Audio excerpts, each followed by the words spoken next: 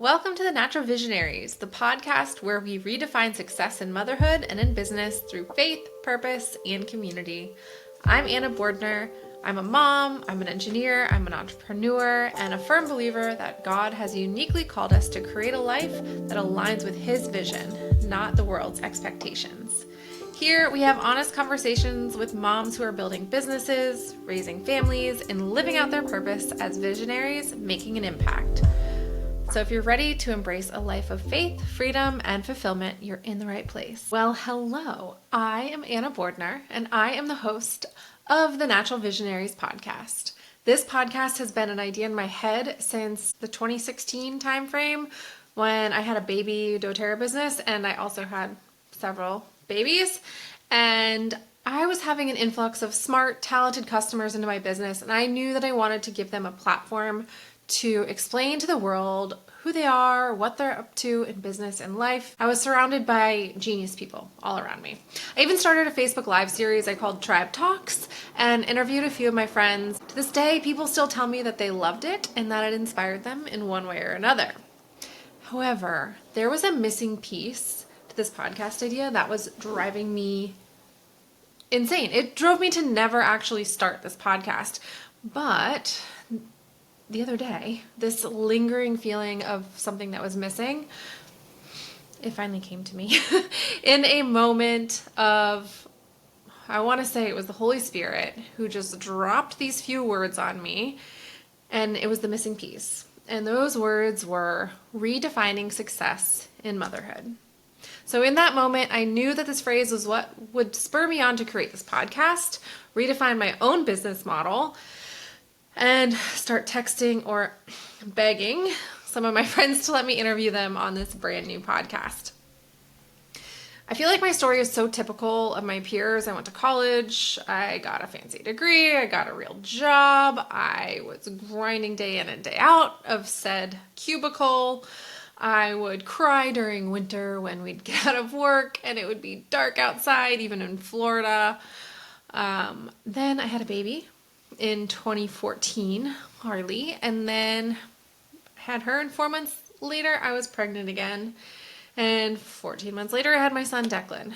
So that's when everything about my life, my career, my goals, my desires, everything changed. And really, that change that we experience when we become a mother is what this whole podcast is about. Here on this podcast,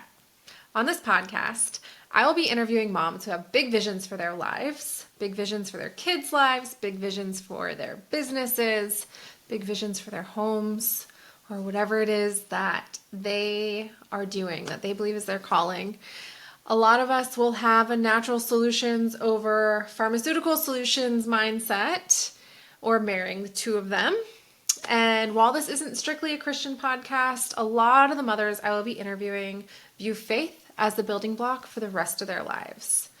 So that was a little bit about the inception of this podcast, and I'm going to switch this over, and I'm going to have my husband on here with me, who will be asking me a lot of the same questions that I will be asking my future guests on this show. So I wanted to turn the tables around on me so that way I can give you guys a little bit of insight as to who I am, what we're up to on this show, what you can expect from us, and my own story.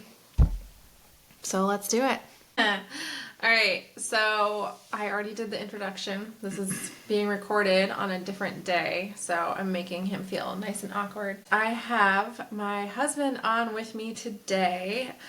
You have Anna Bordner and Patrick Bordner with you, and what I'm doing is kind of flipping the script on myself for this first episode. I thought it might be a little awkward for me to just come in and answer all my own questions, so I brought in the help of my husband. He's going to be asking me the guest Q&A that I'll typically be asking of the guests I have on this podcast. And it's not to say that they're going to be the same every time. I'm sure I'll switch them up between guests or just as I feel like changing them and we are diving into deeper discussions.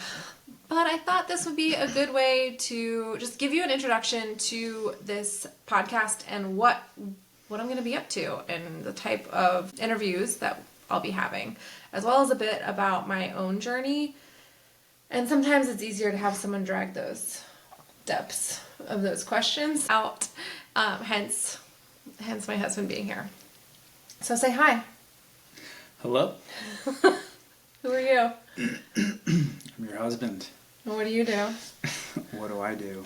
For what? For work? Yeah. I am an engineer, and I work in the maritime industry. Oh, that's kind of hot. Thanks. Okay, so I'm going to let you ask me questions, but maybe you should tell them where we met first, because it kind of ties into the story. Okay, sure. Yeah, we both went to Florida Atlantic University and we're in the ocean engineering program. So she was a year ahead of me and she snagged my attention right away as soon as I saw her. And I guess that is that. It's a good story, babe. Okay, ask me some questions. All right. So why don't you tell me a bit about yourself and what you're currently up to? Awesome. Okay, so I run essentially 2 businesses and a household. My first business I started in 2015 when I was pregnant with Declan, and I've had a doTERRA essential oils business for that long. When I started that, I started creating my own website, and then I started creating websites for friends when they asked. And in 2023, I decided it should be a thing and created a company I called the Dwell Society, where I do branding and Squarespace websites and sometimes copywriting for service-based businesses. And that is right now the main thing that I do. However, this podcast is now part of that bigger picture with both of them. So that's a little bit about me. We live on the Space Coast, Florida. We just moved 2 hours north of my hometown. So settling in and learning about a new area, still catching us near the water whenever we can. Yeah, that's really cool. And I love to see, like, with the Dwell Society and how you're creating these websites, you kind of take your technical edge from your engineering background. For those that don't know, she actually has her master's degree in ocean engineering and business management. So she's really a smart cookie. That's kind of question number 2. We'll get there. And but I love seeing you take that technical edge and then your artistic edge, and you kind of merge it together and help these businesses create really beautiful websites. Well, so that's very cool. So I guess going on to our next question, so can you share your journey and what led you to where you are today as a beautiful, amazing mom and an amazing business owner? Oh yeah, I guess I forgot to mention that we have kids. We have 3 kids. They're 11, almost 10, and 2. And they are the reason for this website, or this podcast, and the reason behind a lot of things. But the journey of me, well, you had already mentioned we went to college together. I decided in high school one day, after a brief Google, maybe there wasn't even Google, I don't even know. Yeah, there was. I looked up, a friend mentioned ocean engineering at FAU, which was about an hour from my house. So I looked it up, got into FAU, got some scholarships, which was easier back then. I ended up getting my master's degree in ocean engineering. By then you had graduated. We moved to the Panhandle. I really lucked out, met an incredible person I now call friend who hired me at a company up there where I worked for 2 years. Then I transferred to a company in West Palm. I made us uproot our whole life because I couldn't handle living in the Panhandle, and moved us back home to Jupiter, to Cuesta. Made you get a different job. And then we joined a CrossFit gym down there, made some new friends, made some old friends, reconnected with some old ones. But a few months after that, I feel like it was important to mention, we got pregnant. Mm-hmm. And I had Harley. She was born in 2014. Immediately, 4 months later, after she was born, I was pregnant again. That can happen. Just FYI, anyone listening, it's possible. So our first two are 14 months apart, which changed everything for me. I had already gone part-time at my job in the engineering field. It was a great job. I was doing really cool work with underwater systems. It was really a dream come true. But what wasn't a dream come true was working in a cubicle, having a baby, being pregnant, and then having two babies 14 months apart, and just feeling torn apart as my career kind of it didn't really exist anymore when I went part-time. So that was a huge sacrifice. No one really tells you that there's no raises, there's no, not much of any moving forward when you go part-time and become a mom. So I was super fed up in that situation. And then I had Declan, and thankfully you supported me. I quit my job. I went all in on the doTERRA business and just being a mom. But this is the whole point of this podcast, is when you become a mom, no one tells you that your aspirations, your dreams, your whole career path is going to change. Whether you really want it to or not, but I'm finding that most moms find that they do want it to change when you get to that point, when you have these babies at home. And I just remember crying, leaving for work every day. Like, what am I doing? And then thankfully, at the time, my sister was watching Harley, but she was the one teaching her how to crawl and walk and giving her bottles. Like, I remember my mom and my sisters all being at one of my sister's house, and just them sending me a video of Harley with a bottle because she wouldn't take a bottle. And so it took all of them coming together. And meanwhile, I'm at work like, what is happening? Why am I doing this? So no one talks about that change in how we were raised by boomers, right? And maybe they didn't have an opportunity. Maybe our parents didn't have an opportunity to go to or finish college. At least not until later in life, like your mom. But they really, and nothing against them, but they really pushed college on us. And then after that, they push you to get a career. And then you're supposed to go work for 40 years, have a retirement, and then retire when you're what, like 60? Like, I'm going to still be fit when I'm 60, but like, it just seemed like such a, not the way I wanted to do it.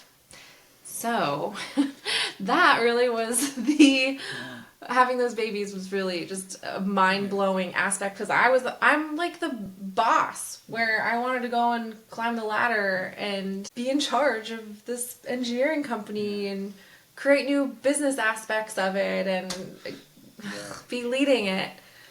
You're definitely a visionary, and I could see you being super successful in the industry as a leader and a manager. But I remember that being like super difficult on you, that struggle between being present with your kids and seeing them grow, but also being like the primary like caregiver to them rather than kind of outsourcing that. Even though it was amazing to have your family do that, I remember that being really hard. I remember when I went back and got my master's, or was attempting to get my master's degree, I ended up withdrawing from it because like I just remember Harley climbing up onto my lap, and I'm like, why am I doing this? Doesn't make any sense. Why am I doing this? I know, the reward wasn't worth it. And the reward wasn't worth it. So like, I don't know if you touched on it, but like, how about your journey and like where you are now as like a business owner, and how you, like, what was that journey like? Oh, okay. So I kind of touched on like the point of this podcast, which we'll be touching on, I think, in every interview that I do. It's the whole point. But I got to the point where I wanted to do something else. And I had this idea in my head, or really people just would ask me like, hey, can you do my website? Yeah. Or, hey, I need help with this little project. Or even my dad who's in construction, like, hey, I need help with doing XYZ for this business. Can you just do it for me? So it turned into, and then like with Josh, which wasn't through my business, but hey, I have like a part-time on-site job that I need you to do. And that was kind of the final straw where I'm like, okay, I need to create an actual business where people can hire me to support them. The main way I do it now is through branding and websites, which I always did my own branding, and I would do it for you, your brother, close friends and family, but so there was always a little bit of hesitancy for me to offer that as a service. But like you said, as an engineer, you also have like a design, creative part of your brain paired with the technical, let me figure out how this system works. Let me figure out, maybe I don't want to do a whole coding of a website, but I want to figure out how to make this work like this on the website. I want to figure out the best tools and how my business is going to flow from social media to podcast to my website to having them sign up for the email list to sending them my offers to them hiring me for whatever it is they want to hire me for. So to me, that's exciting. To me, that's like a cool part of a business. And I do enjoy helping people with that, with their websites. That's where the visionary part of me comes along, right? Like I love getting new clients and them telling me their idea and me just coming alongside them and being excited for them. Because giving them a website and the branding and the vision behind it so that they can take it, and maybe their business is just getting started and they have these big ideas, but it gives them a baseline to jump from. Yeah. And you can always grow your website. You can always add to it. You can always take away from it. But it just gives them the confidence and a starting point to go for it. Right. And sometimes I'm working with people who have had their business for a while. I work with a lot of like service-based businesses in the sense of like I've done contractors and pool companies and companies like that. Sometimes their websites, they either don't exist or they're really bad. Yeah, it's like they just created it so that they had that outward facing presence, but in the end it's like pushing away potential clients instead of attracting them in.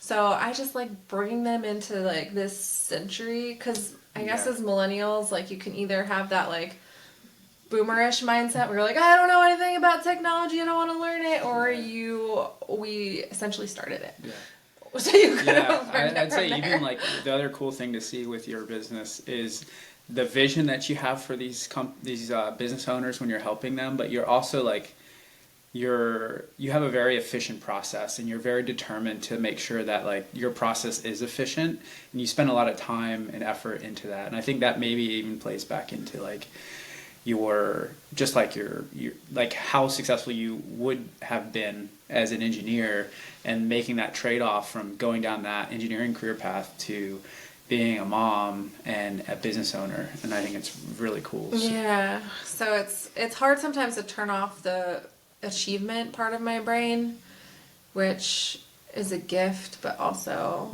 sometimes doesn't feel that way. So some days I'm with the kids all day and it's great, but unless I feel like I accomplished something, and sometimes it's just getting out in the sun. Yeah. I have to make that into an accomplishment, or put it on a list and check it off, or read a book to Corbin and let's do a new activity together. Take her to gymnastics. So that's a good transition. So to the next question. So like, how do you define success, both as a mother and a business owner, and like has that definition for you changed over time? Oh yeah, I definitely fought it in the beginning. Lists and having a plan for the day really are so helpful for me. Even on Tuesday, I had to make it my plan because I had Corbin home with me without really anything to do. I had to make it my plan to say, let's go outside, let's play outside, let's be in the sun for a little bit. And then I was mentally tapped out. So I said, you know what? I'm going to like put it in my calendar. I'm going to do a little time block of some like reading on the couch before I start dinner. So my days with her, she's in preschool, but not full time. I have to really make my goals home based, if that makes sense. And then the days I don't have her, some days it is just catching up on housework. And some days it's now recording podcasts or finish doing someone's website. I have to have specific goals on specific days. And I really try to plan that out at the beginning of the week or ahead of time or a couple weeks in advance, depending on how many websites or how many projects I have going or who I'm interviewing. But some days it's fluid and I have to kind of make up what I achieved. But it's how my brain works. I have to know that I did something. Yeah, so like what I'm hearing from you is that you live by a checklist and a schedule, which I totally get. And No, you don't. I did. Yeah, it's funny. We always joke about this because I do, but at my job, and then when I'm outside of my job, which is, the majority of my day is the job, is my work. But when I come home, it's like I don't want a schedule. I don't like if I have these ideas of things I want to get done, but I'm totally fine just like that can wait till tomorrow. Let's go to the beach or let's go on a boat ride. And you're like, you thrive on like checking that box. I did this. It was on my schedule. I put it on there 2 years ago and it's done. Yeah, but if you tell me we're going on the boat or to the beach, you're like, I'm in. Bypass. Unless I have like a deadline for a website or something. How has your faith influenced the way that you approach motherhood and being a business owner? Because that's a huge part of your life, so I know that it's got to like work its way into the way you do those things. Well, what's that verse? I had it in a devotional the other day for the kids. We teach a kids fitness class together at like a Christian gym, and we did a devotional for the kids the other day, and it was, I'm not going to remember the verse, but how everything you do is for the Lord. Yeah. And I love Jordan Rayner. He's an author, but he teaches how we're made in the image of Christ, and Christ created the world. So, and we're made in his image, so therefore we are also creators. And so it's okay to create something that's a business. And part of me struggled with that, I think, is am I just supposed to want to homeschool my kids and it's incorrect. And my only ambition is to be the best mom I can be for them, or am I allowed to also have projects? Am I allowed to have businesses? And I think the answer is absolutely. Everything I do for my businesses, I am helping someone else. Whether it's doTERRA, where I'm helping someone who's struggling with sleep or trying to replace all the toxic things in their home, I'm helping them in their health by giving them a simple swap for their home, or in the Dwell Society, where I am giving them an opportunity to brand their business and create a baseline with their website for them so that they can take it and give their gifts to the world, because their gifts are different than mine. Yeah. And this goes back to like APEST, right? Like apostle, prophet, evangelist, shepherd, teacher. Somewhere in Ephesians it talks about that. And we each are different in the body of Christ, but we're all one body. So all of us are going to have different functions. And mine, I feel like, is partnering with people in their visions and what they want to create, and coming alongside them, whether in health or beside them in their business, to set them up in a way that they can best support their clients or their families or their business. So really, faith is the center of all of it, which I feel like is the same in education. but that's a different subject. Yeah, I hear you with. I always go back to the 2 P's. It's the constant battle between provision and presence, and so it's like, you know, our culture is built around this 40-hour work week where you make the majority of your income, your provisions for your family, and you just have to dedicate that 40 hours plus, you know, because you got to get ready for it, you got to drive to it, you got extra, you know, think about it. Yeah, you're thinking about it outside of being there for 40 hours, so you're putting a lot of time and effort into it. So, but like your heart constantly wants to be present with your family and like your kids and part with your church, like your church body, and being able to serve there. And then I really like I see it too when you're helping your clients with their websites or with helping them in their business, like what you did with Josh. Like your heart is really like a servant. You got like a servant's heart, right? Like, but from the perspective of like a visionary, right? Like someone but from the perspective of this is how we have to do it, and we have to do it. Right, but you're doing it from like the point of like, I want to help, like I want to be a help to you. Yeah. Yeah, like it's not like I want you to just pay me. You're like, I want to be helpful to you, and I see a good way to do this, and I got a vision for that, and I've got a process, and I got a checklist, and I can schedule it, and we can knock this thing out, and I think you'll be really happy with it. So I think that's very cool. And yeah. So like what Bible verse or like biblical principle has been guiding light in your journey? So I talked a little bit about this already, but there's another verse that really was the deciding factor in partnering with doTERRA way back in 2014, and it was, I wrote this down so I didn't forget it, which is the only thing I wrote down in preparation for answering these questions. Hebrews 10:24-25. And let us consider how we may spur one another on toward love and good deeds, not giving up meeting together, as some are in the habit of doing, but encouraging one another, and all the more as you see the day approaching. So I'm more of a doer, and maybe I could say teacher/encourager, in the sense that I do a lot on social media, I do a lot of writing, I do a lot of content creation. I used to do a lot more Facebook Lives. It's just the social media aspect has evolved over the years, but I used to do a lot more posting, and it just looked different than it does now. But I used to get people like randomly coming up to me at church like, I loved the way you talked about XYZ on Instagram the other day. And just realizing that when I speak from the heart, or when I speak, sometimes it's about faith, sometimes it's about business, sometimes it's about family, and people just appreciating how I spoke about it, it feels good. But so that's part of like encouraging each other. And one of the things that I really wasn't good at was part of that Bible verse says, not giving up meeting together, spurring on one another toward love and good deeds. I'm an engineer. I am not, like, my strength finder, I think there's 30 or 35, I can't remember exactly. My last one is empathy.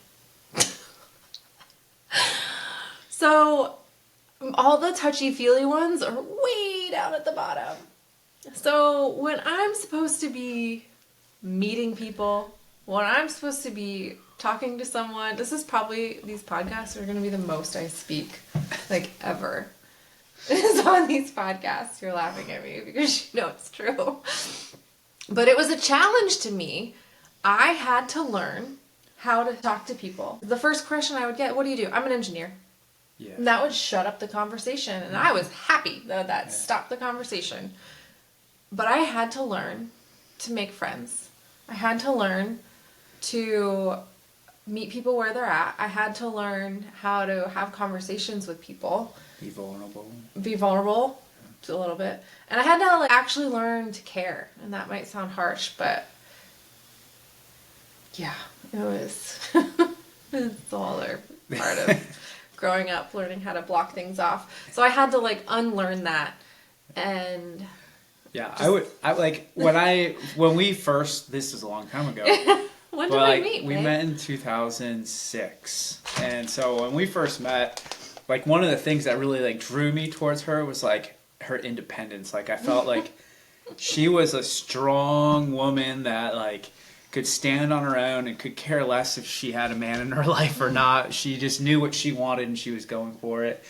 And I always used that at first, like the first several years, like, oh yeah, she's a very like independent, strong woman. And then eventually we got to this point, I'm like, she's kind of introverted. And, like, it might be weird, like, when you meet her because she might not talk a lot. And then, like, I've seen over time, like, especially, with, like, the launch of doTERRA and, like, having that outward-facing presence on your, like, social media posts or, like, when you talked with all the girls in, like, their live chats and all of that. And I was like, wow, where is this coming from? I was like, maybe it's because she's just talking to herself and no one's actually there. but like, after teaching classes or going to events, like, I would go home and just, like, turn the shower on and just scroll on a wall. Like, I can't do this anymore. I remember that.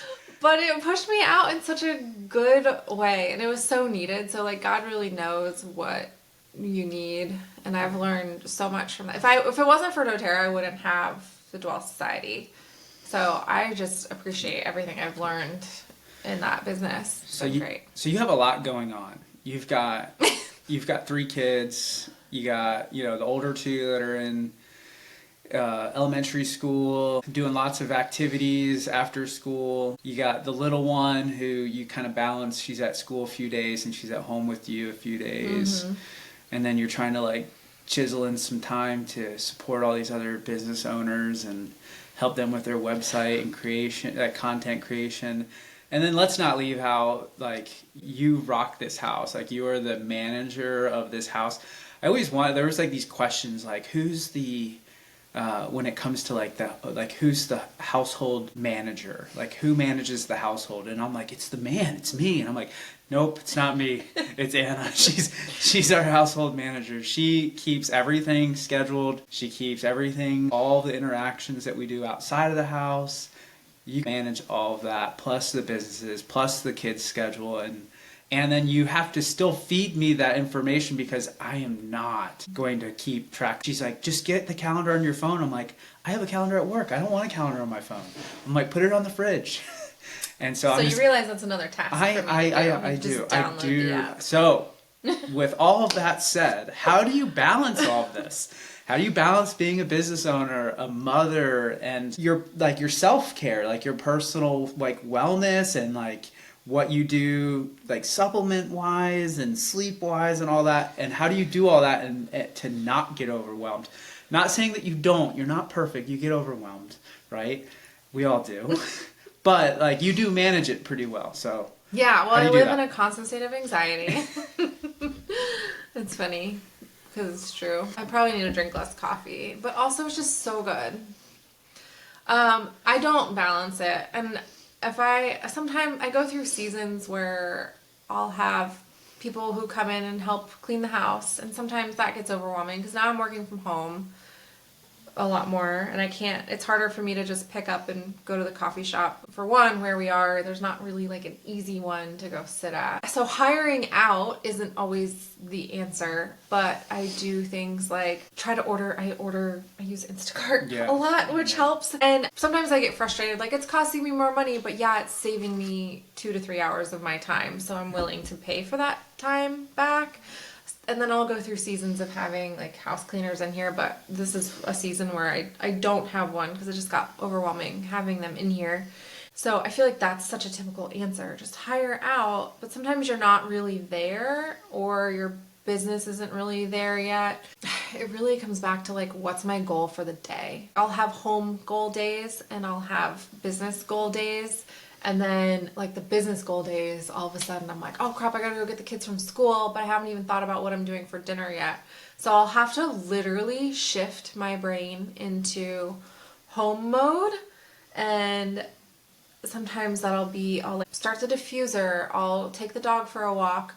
I'll take a shower sometimes. Like, maybe I haven't showered after the gym yet or something, or I'll go work out. I have to do something to break up my chunks of the day to literally shift my brain, because I go back to like strength finders. Like some of my strengths are futuristic is number 1, but focus, achiever, and strategy are all in my top 5. And so if I don't finish what I'm doing, it can linger in my brain. So that's probably like one of my biggest challenges is learning how to shift my brain and then refocus on something new. I have to do good like time chunking in my calendar and like say I need to have a call with someone. I need to specifically set a time with them and have that scheduled in my day. And I am overwhelmed all the time. And then house projects, we just moved into this house over summer. It's now Approaching March. summer, yeah. And we're down a bathroom. We have a 4-bedroom, 2-bathroom house. One of the bathrooms is ripped apart. So like kids are coming in our bathroom at all hours of the day. And night. And I have to make sure like that's getting done. We have like a landscape project that's going to happen. And so it's also that, but that's like exciting to me. I think part of it is getting stuff done fuels me. So maybe that's the answer.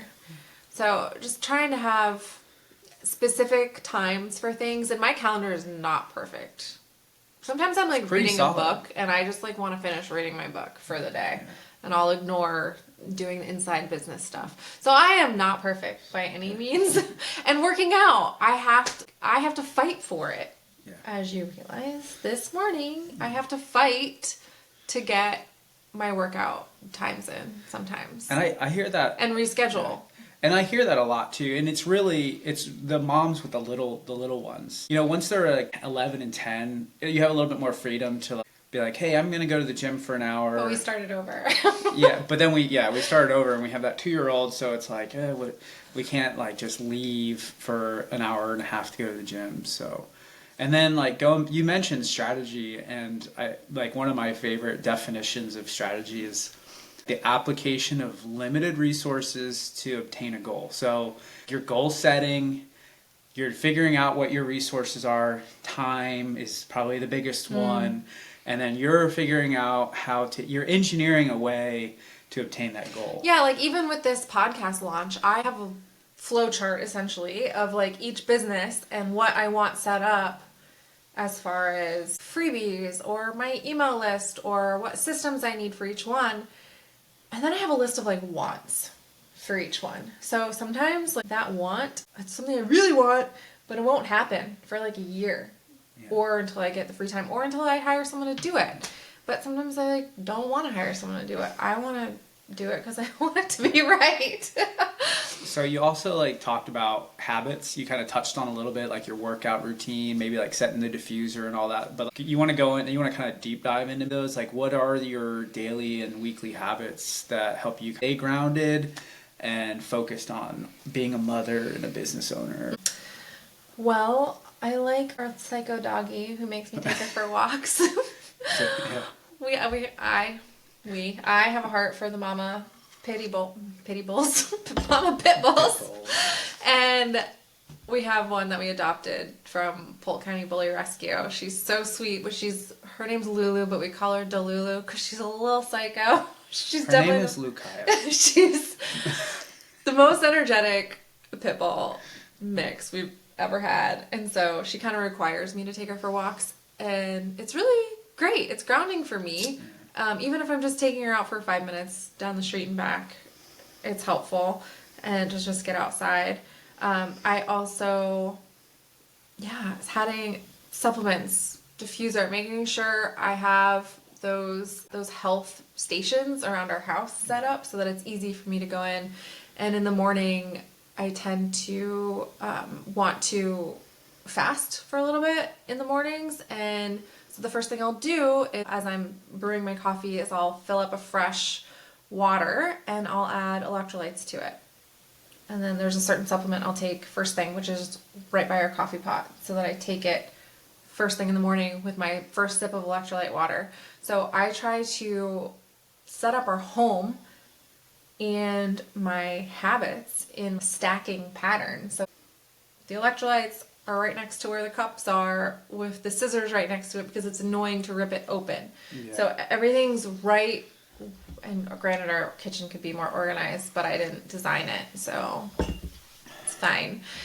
So I try to habit stack and put things in a place where it's going to make sense for us. And then exercising. I love getting into the gym, and I have a program on my phone, an app called Street Parking, which is wonderful. It's like $19 a month. I wish they had affiliate links, because I feel like I would have signed so many people up by now.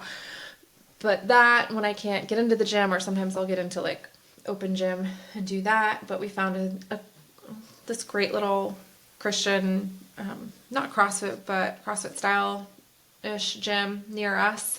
Group fitness. Yeah, group fitness. So that's been great to have and connect with people there. Church Sunday is always a church day, unless we're out of town or unless someone's sick or something. So that's nice and grounding. My day will always start with grabbing a coffee, spending some time in prayer, or even if it's just opening up the Bible app. So, What yeah. about getting out in the sun? That's important. The sun. Oh, yeah. The sun. I is catch her all the important. time. I'm like, where did she go? And I'm walking around the house, and then I go poke my head around the side of the house. We have some lounge chairs on the side of the house, and she's just out there in her bathing suit with a book, and she's just soaking up the sun. So, and then our boat days. Yeah. There's times she's just like, hey, can you come home from work today? I want to go on the water. So being on the water, being out in the sun. And we're a mile from the beach, which is amazing. So we can just pop down to the beach almost any evening and just, let the kids play in the sand. Yeah, but then that's sometimes annoying too, because then they're sandy. And we break your schedule. Well, yeah, sometimes it's just hard to bring 3 kids to the beach, which is great with the boat. We can just hop on it and go for a ride, and no one gets sandy. Yeah. Well, the other thing, you talked about all the habits around supplements. Yeah. And good eating habits. I guess you didn't really mention that, like food. Oh. But food's a big thing. Anna has changed, like, the way I eat, the way I viewed food in the past, and the way we eat here at the house now, and the way that you teach the kids nutrition from their youngest ages. And you just look at the health of our kids, and they're really healthy kids, which is really awesome. But they eat really good food. I mean, they do ask me for ice cream every single day. Yeah, I know. So. They're still kids, but you are very intentional about food. I think the last time that we probably had fast food was maybe, you weren't even there. I had to sneak the kids to Taco Bell after the zoo, and they hadn't had it. They hadn't had it before, Like, and I was like, "Wait, you haven't had Taco Bell?" I was like, "I haven't had it in like 8 years. Let's go." Yeah, and that's so true. And actually, my friend Betsy talks about this. Like, I'll go through seasons of meal prepping and planning out all our food, but I really kind of just go on Instacart and reorder a lot of the same food.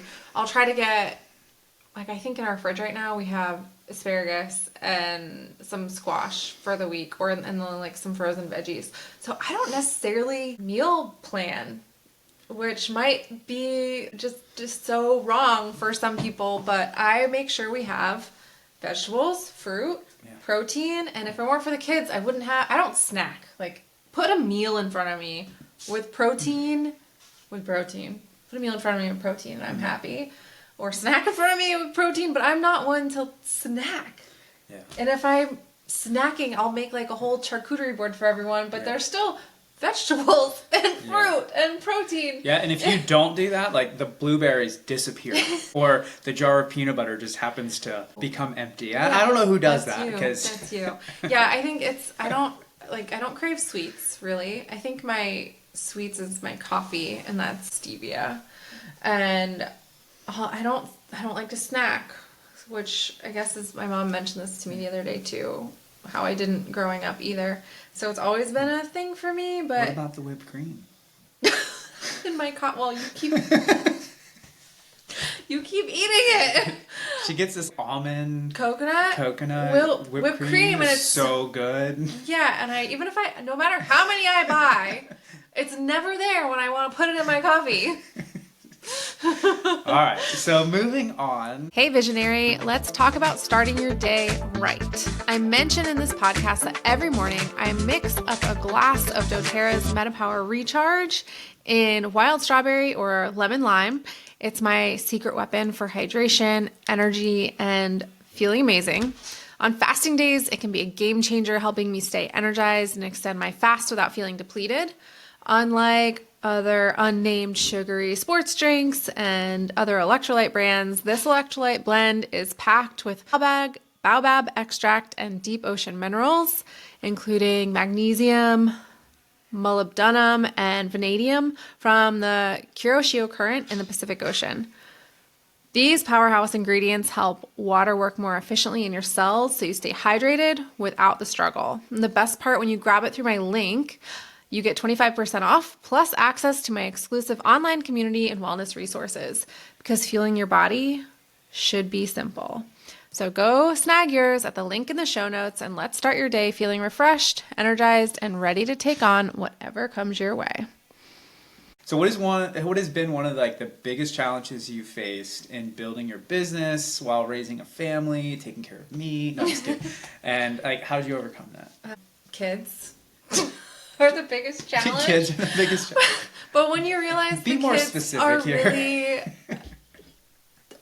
the answer is children. Because without the children, you'd have like a great business, but then what's the point of having the business? So when you turn it around and say that your business is being built because of the kids and not your kids are getting in the way of your business, Yeah, that's good. it changes everything, and it changes your perspective on priority, and it really changes how I set up my business. So even now I'm like rethinking offers and how I'm offering to do websites with people, because just after running it a certain way for so long, I'm like, no, I think I need to change this aspect and this aspect because it's not quite working how I envisioned.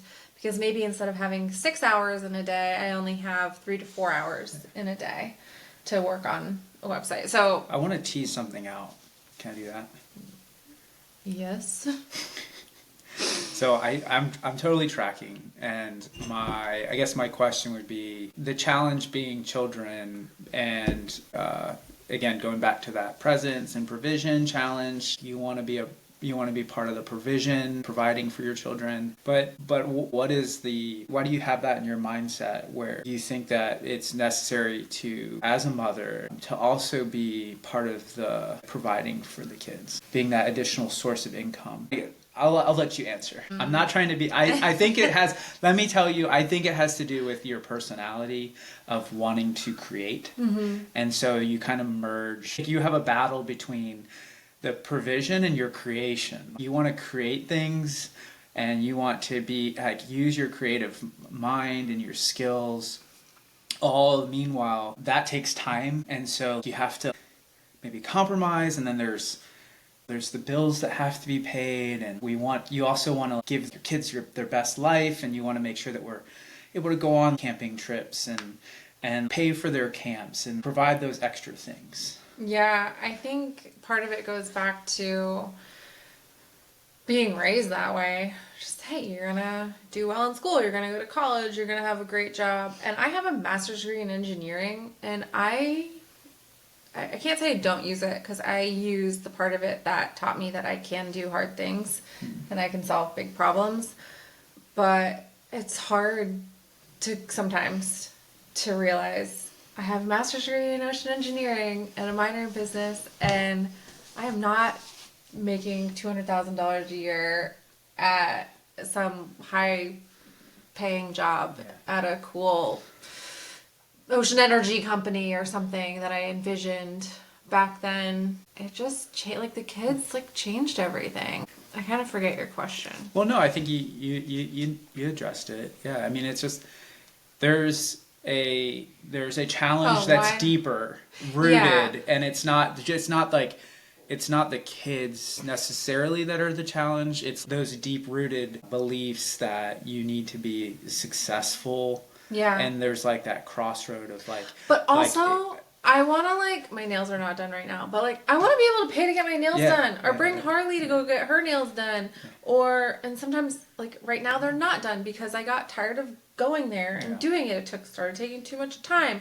I want to be able to I have a cart full of not even like a fancy cart, like on Old Navy, some jeans I want to buy for Harley, a bathing suit, and I want to buy them a fun Easter basket. I need a new car.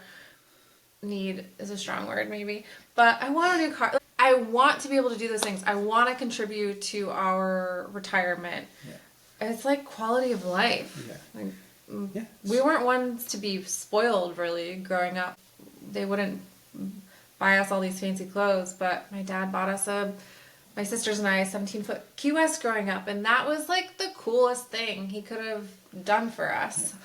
He didn't buy us our cars. He bought us this boat that we beat to heck and back, but we learned so much on it. So like experiences come with a cost sometimes, and I want to be able to do fun things with our kids and go somewhere for my 40th birthday and go places. And right now it's the camper, which we're doing a lot of things with. But. And I think you take that that challenge of your ambitions, and you've kind of focused it towards like your children and wanting to give the best to them, which I think is pretty natural for parents to want to give the best to their children. So we talked about some of the challenges. I know those are kind of like they're challenging. So like let's talk about mistakes. So what mistakes have you made along the way? Did they turn into valuable lessons learned?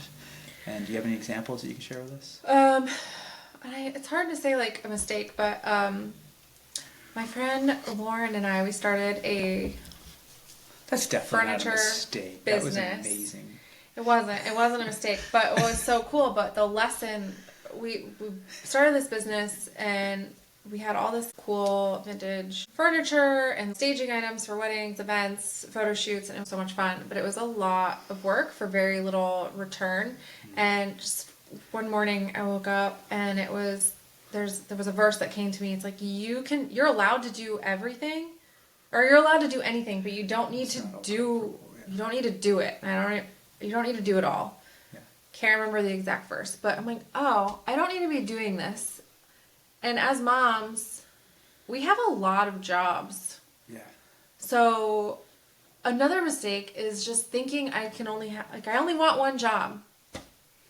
That doesn't exist as a mom. So embracing the fact that, I don't homeschool currently, but we did for 4 years. So that was a job.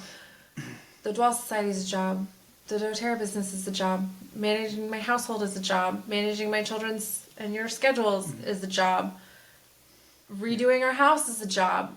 And then I was working part-time for Josh for a while. That's 8 jobs. Oh yeah, at least. And then, so cutting out what you can is a great lesson, but also recognizing that you can't just have one job as a mom, and you just have to really embrace it. Yeah. Okay, let's keep going. I want to finish that. It's almost been an hour. So, what advice would you give to a mom who feels called to start a business, but maybe struggles with fear or doubt? Start it anyways. That's the achiever in me talking, though. Yeah. I will listen to a podcast or some instruction that teaches you how to do something, and I'll literally do it while I'm listening to it because I can't wait another second because I see it in my head already done. So maybe envisioning it. If you're not one of the people that's like me and you see something and you have to do it, make yourself see it. Create a vision board. Create something that you're looking at every day that really makes you feel like you've already done it. And also start scared. I don't know how to do a podcast.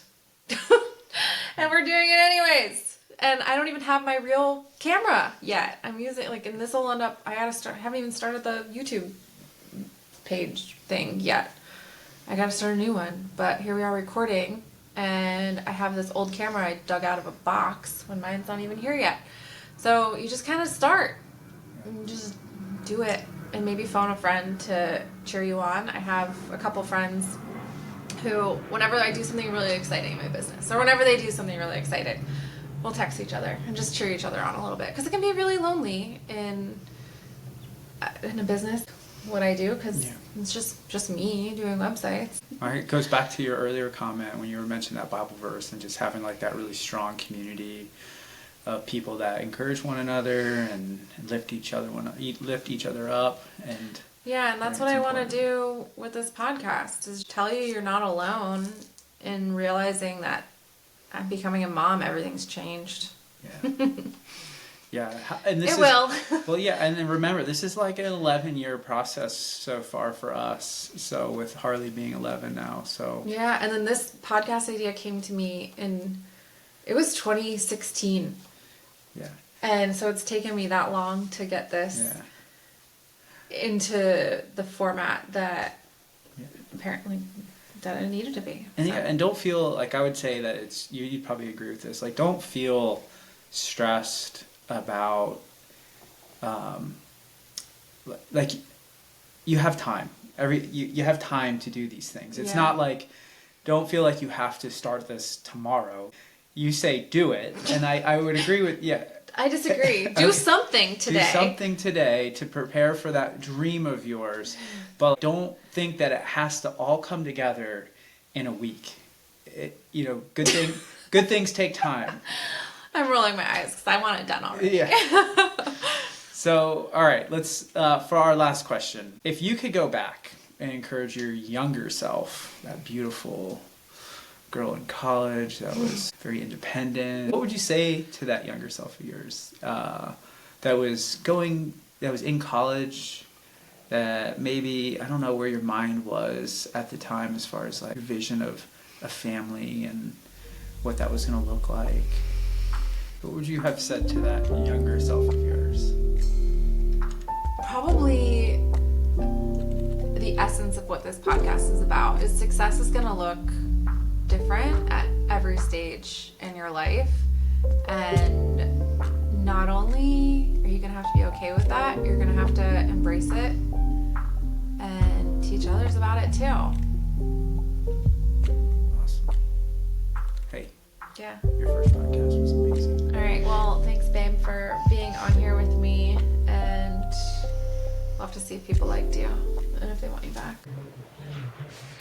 All right, Visionary, before we wrap up, I just want to say you're doing amazing. Whether it's motherhood, business, or just trying to live a more natural, intentional life, you are making an impact. If today's episode encouraged you or made you think of a friend who'd love it, would you take a quick second to share it with her? Send a text, take a screenshot, or share it in your stories. Whatever is easiest, I'd be so grateful. And I promise, as I'm editing this, I'm realizing I need to get better with the microphone situation, so this will only get better from here.